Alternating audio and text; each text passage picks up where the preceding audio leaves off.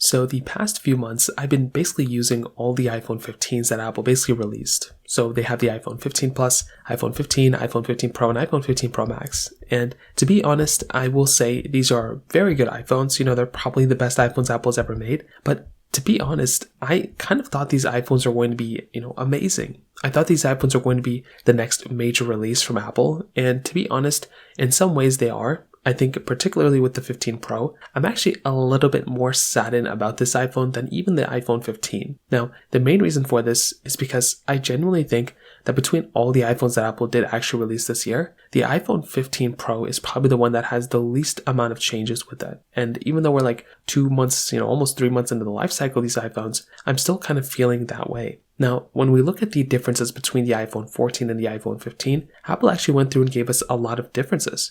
They gave us the dynamic island, which was a pretty big change. They gave us, I would say a better back with that frosted glass back this time around. They gave us improvements with the camera. We can now zoom in twice as much. And that was actually something that was really cool that they kind of gave us from that specific perspective from our, from our iPhone 14 to the iPhone 15. But then fast forward a little bit to the, current iPhones. When we look at the iPhone 15 Pro, there's a very interesting thing here. With the iPhone 15 Pro, this iPhone didn't really get too many changes compared to the iPhone 14 Pro. It's more or less, it's a better chipset inside. We're getting some, the action button now, which is cool. But beyond that, we're not really getting anything crazy that we already haven't seen before. And that's kind of where I was kind of a little saddened about with this particular iPhone. And I'm about to switch to it. I'm about to use it, as my main device very soon. But it kind of comes down to one particular thing. When you're getting a new iPhone, again, you want it to last as long as possible. You want it to be that current generation, for ever. And I will tell you, in my personal opinion, the iPhone 15 Pro isn't really like that crazy great of an iPhone compared to the iPhone 14 Pro.